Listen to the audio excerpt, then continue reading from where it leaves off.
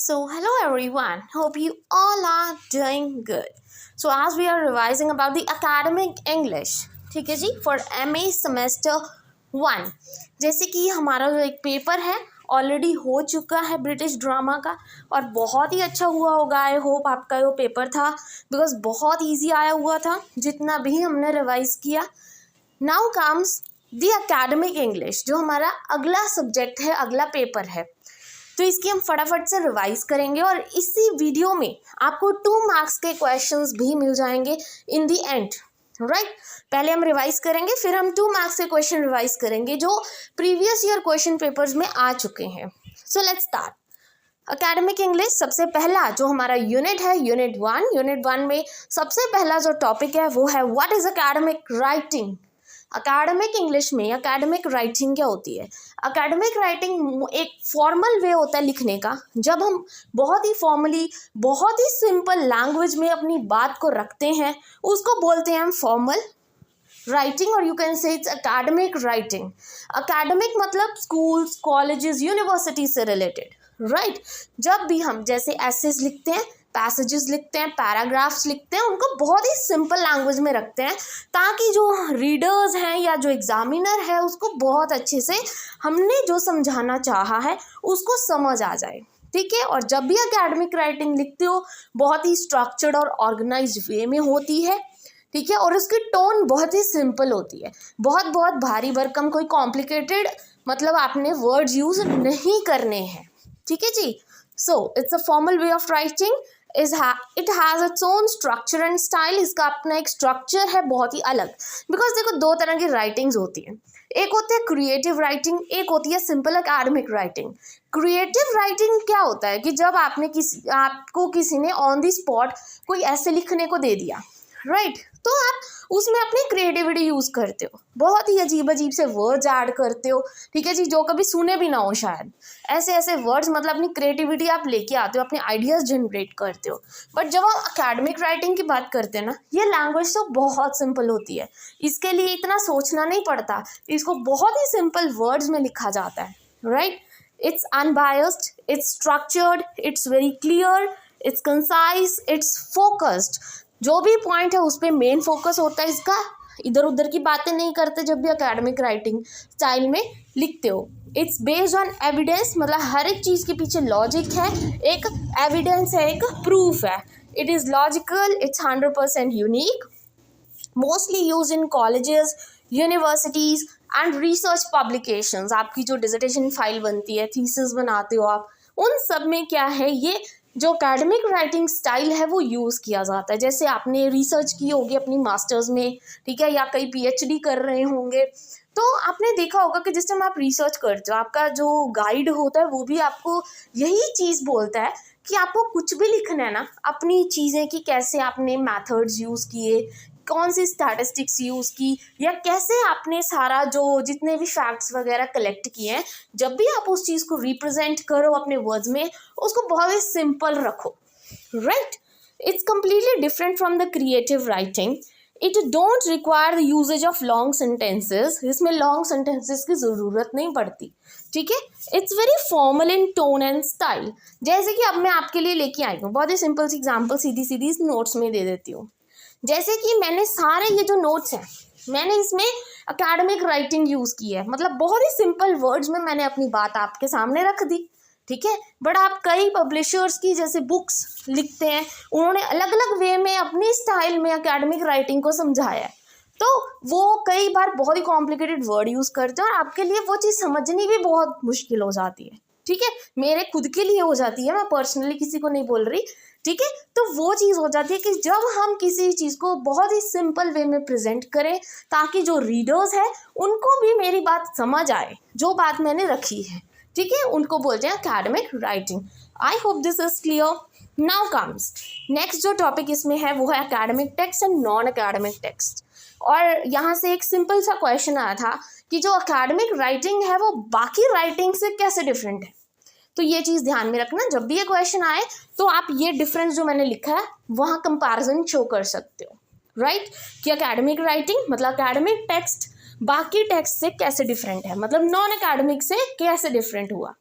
सो जो अकेडमिक है, जैसे कि मैंने अभी समझाया, अकेडमिक मतलब जो आपके स्कूल्स में लिखा जाता है, कॉलेजेस में, यूनिवर्सिटी टाइम आप लिखते हो, जो आपका स्टाइल होता है राइटिंग का, ठीक है जी, उसको बोलते हैं अकेडमिक। पहले मैं अकेडमिक ही समझा देती हूँ। देन ये बहुत ही क्लियर, कंसाइज, स्ट्रक्चर्ड, लॉजिकल होता है, जैसे कि मैंने अभी ऊपर पॉइंट्स बताए आपको।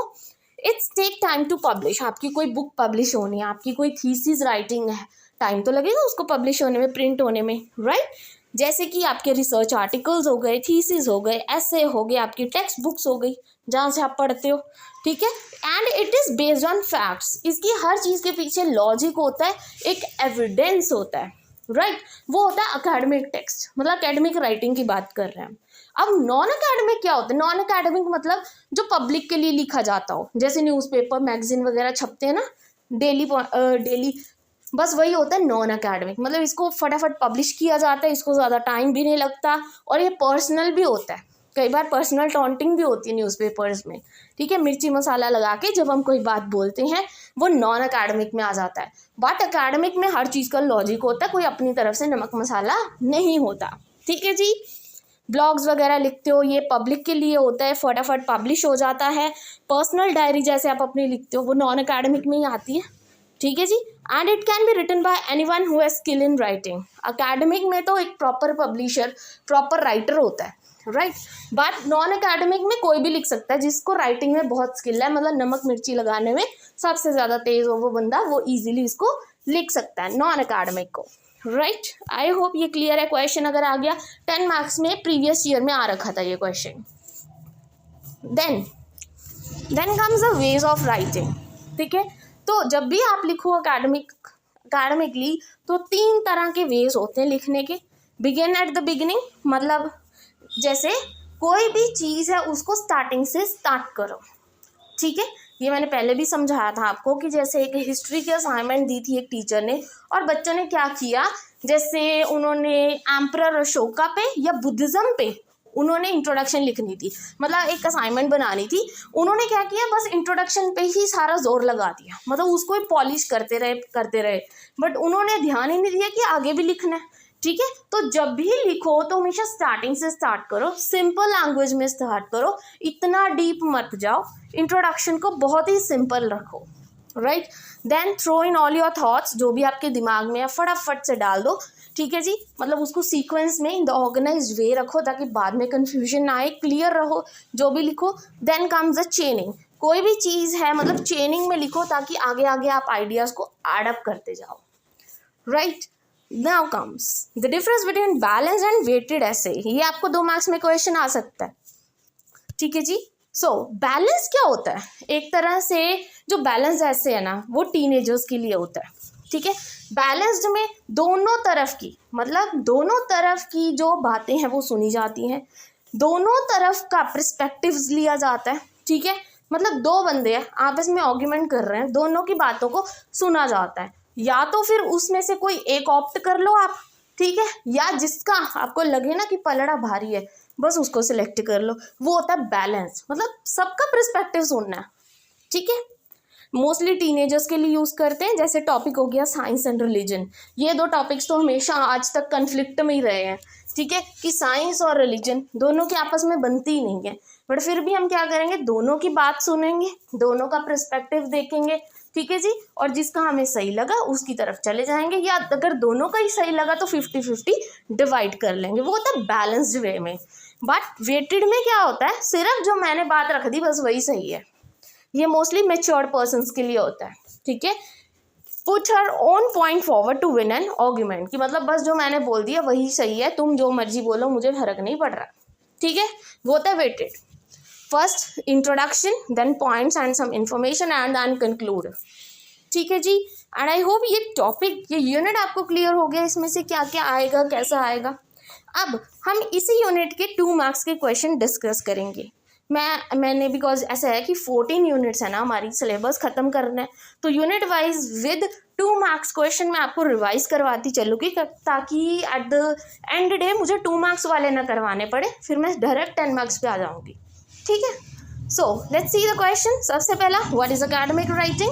तो अकेडमिक राइटिंग अभी हमने समझा, it's a formal way of writing in a very clear, concise and structured manner mostly academics में यूज़ किया जाता है, जैसे स्कूल, कॉलेजेस एंड यूनिवर्सिटीज़। ठीक है जी, I hope first question is clear to you academic writing क्या होता है। Next, list the different ways of writing academically. जैसे कि हमने 3 वेज किए थे कि कैसे हम अकेडमिकली उस चीज़ को लिखेंगे। So first step is begin at the beginning, second is throw all your thoughts and third comes the chaining. और ये क्वेश्चन 10 मार्क्स में पूछा जा सकता है, वैसे तो अभी तक आया नहीं है बट फिर भी क्योंकि ये पॉइंट्स में है ना, कोई भी क्वेश्चन पॉइंट्स में हो या किसी भी टॉपिक के टाइप्स हो, जैसे आता है टाइप्स ऑफ पैराग्राफ, तो जैसे टाइप्स होते हैं ना, वो टाइप्स पक्का पेपर में पूछे ही जाते हैं 10 मार्क्स में। Now next is define balance. जैसे क्या होता है, putting all the perspective forward in a very clear concise manner, mostly use for the teenagers. And weighted essay कौन से होते हैं, जिसमें राइटर होता है जो डायरेक्टली अपने थॉट्स रख देता है, सामने वाले से कोई मतलब ही नहीं है उसको। Mostly use for the matured ones. Now the next, direct text कौन सा होता है, अब ये भी ध्यान रखना, टेक्स्ट 2 तरह के होते हैं, एक होता है डायरेक्ट टेक्स्ट, एक होता है इनडायरेक्ट टेक्स्ट। ठीक है, डायरेक्ट में क्या होता है, जब हम मेन पॉइंट्स पहले बता देते हैं और बाकी छोटी मोटी चीज़ें बाद में बताते रहते हैं। जैसे हमने इंडक्टिव मैथड और डिडक्टिव मैथड किया था ना, तो उसमें क्या होता है, डिडक्टिव में हम क्या करते हैं, मेन पॉइंट्स पहले बता देते हैं, ठीक है, जो मेन है, मतलब हम सीधा जनरल पहले बता देते हैं और बाकी की चीज़ें बाद में बताते रहते हैं, एविडेंस बाद में देते रहेंगे, वो होता है डायरेक्ट। उसको हम डिडक्टिव पैराग्राफ भी बोलते हैं, डी से डी याद रख लेना, डायरेक्ट, डिडक्टिव। देन इनडायरेक्ट क्या होता है, जब हम पहले रीजनिंग देते हैं और बाद में मेन पॉइंट्स बताते हैं, जैसे ना मोस्टली इसको इंडक्टिव भी बोलते हैं। और ये जो है ना इनडायरेक्ट टेक्स्ट में मोस्टली हम जब किसी को बैड न्यूज़ देते हैं ना, उस टाइम यूज़ किए जाते हैं। जैसे हमने किसी को बैड न्यूज़ देनी है, हम सीधा थोड़ी बोलते हैं कि अरे उसकी डेथ हो गई, ये नहीं बोलेंगे, हम पहले उसको थोड़ी बहुत बातें छोटे छोटे पॉइंट्स बताते रहेंगे एंड देन हम लास्ट में मेन पॉइंट पे आते हैं, अगर मोस्टली कोई डियर वंस हो उनके लिए। ठीक है, वो होता है इनडायरेक्ट टेक्स्ट। आई होप ये समझ आ गया आपको। डायरेक्ट तो होता है सीधा मुंह पे बात बोल देनी, बस पहले ही, बाद में एविडेंस देते रहो, कोई चक्कर नहीं, समझाते रहो बातें। ठीक है, इनडायरेक्ट में क्या होता है कि इनडायरेक्टली आप पहले अपनी बात रख रहे हो और एंड अपनी एग्जैक्ट जो चीज़ है उस पर आ रहे हो। ठीक है, I hope this is clear. Next, what are the 4 major communication skills. कौन सी कम्युनिकेशन स्किल्स होती हैं? 4, listening, speaking, reading and writing. ये 4 स्किल्स होती हैं हमारी स्किल्स होती हैं, communication skills you can say, right. और कौन सी स्किल है जो सबसे ज़्यादा डिफ़िकल्ट होती है? राइटिंग वाली सबसे ज़्यादा डिफ़िकल्ट होती है, क्योंकि राइटिंग वाली ना 4th लास्ट में आती है। उससे पहले आपको ये 3 स्टेप्स जो हैं, लिसनिंग, स्पीकिंग, रीडिंग, ये सीखना बहुत ज़रूरी है। अगर ये तीनों ही आपको नहीं आते तो आपको लिखना नहीं आ सकता। ठीक है, ये according to psychology I am saying. ठीक है जी, because as I am a psychology teacher also, तो मुझे पता है कि इस चीज़ का कि जब तक आपको 3 चीज़ें नहीं आती, लिसनिंग, स्पीकिंग, रीडिंग, तब तक आप राइट नहीं कर सकते, right. Now what are the major complexities in the academic writing. Major complexities, major points जो हैं एकेडमिक राइटिंग में कौन से हैं, किन चीज़ों को ध्यान में रखना है? पहला, फॉर्मल स्ट्रक्चर और टोन होना चाहिए उसका। It should be clearly organized. We should use precise language, मतलब simple language use करनी है, टेक्निकल टर्मिनोलॉजीज यूज़ करनी है, क्रिटिकल थिंकिंग की बहुत ज़रूरत है, प्लेजरिज्म तो अवॉइड ही करना है, किसी और का काम कॉपी नहीं करना, and express the complex ideas. Then express complex ideas मतलब बहुत ही, अगर जो कोई भारी भरकम चीज़ है उसको बहुत ही सिंपल लैंग्वेज में यूज़ करना। ठीक है, then what's the format of academic writing. अब आप एकेडमिक राइटिंग कर रहे हो तो उसका फॉर्मेट क्या है? पहला, इंट्रोडक्शन दोगे, दूसरा मैथडोलॉजीज लिखोगे, तीसरा फिर उसकी बॉडी सारा वही लिखोगे, then come forth, then you will come to the conclusion. I hope format पता लग गया एकेडमिक राइटिंग का। ठीक है जी, आप अपने कोई भी एग्जाम्पल देख के इसको एक्सप्लेन कर सकते हो। वैसे तो ये 2 मार्क्स में ही आता है। ठीक है, फॉर्मेट ज़्यादातर आता है आउटलाइनिंग का या सॉर्टिंग ऑफ द मटेरियल का, वो यूनिट 2 में होगा आपके लिए।